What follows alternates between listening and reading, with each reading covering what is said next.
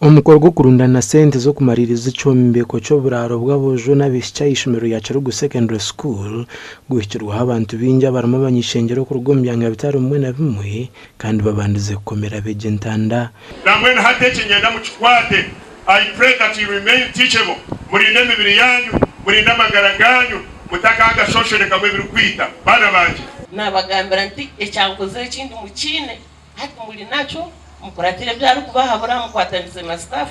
bona batichazi. Make sure that you respect them, you respect yourselves, you respect your parents, you respect everybody around you. Mwenu bana mwena abeshengereza imwe chikuru murebe kuri ahimukuza ebindi mbikwasera hanga kine cyatakabasa kubakorera. Honorable Rita Bwahika ozwekere Deputy Speaker ayanjira umugando ku rugo wa Deputy Speaker. Ine milioni 5 cash. Muhammad Oy Parliament Oy 2026 Oy ube mbaze bura nyonyi n'imyaka kaga n'ebiri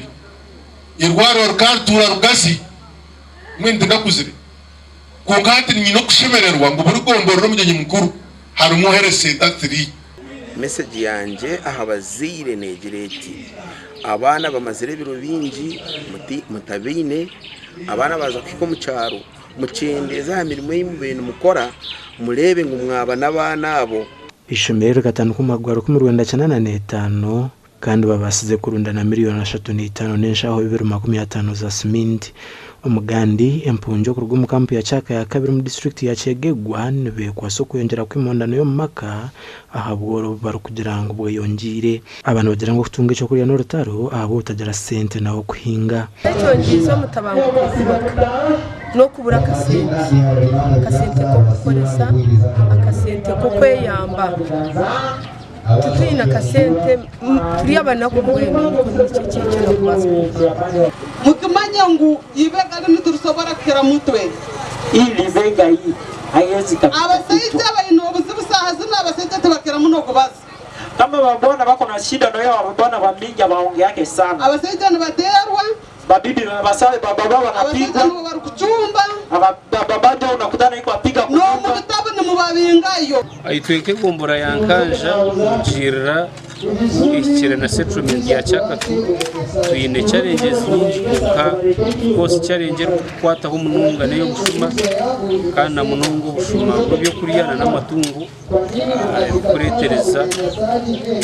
akasente ningashi emere yabirehebwa ebumucendera ngo muringo gumo kurwana sebizo byo butabanko bwo maka abekitongore cy'abakazi cyakegirwa District Women Peacemakers Mediators Network batandikire huriyo kurwana subura mu campaign Ensonga yo mtabanguko mu maka ni shida ya kutokusikilizana usango muka omukazi no musaije obusinge kitwine kukutana we baba na mama mu nyumba musikiliza omwana atakura mchapa baba na baba atakura mcho mwana ekero kurwana ekeyir mwetaro tekabasa kurakurana ile nyumba ambayo iko ndani kupigana kila saa kufa nini amusikilizane mu nyumba ile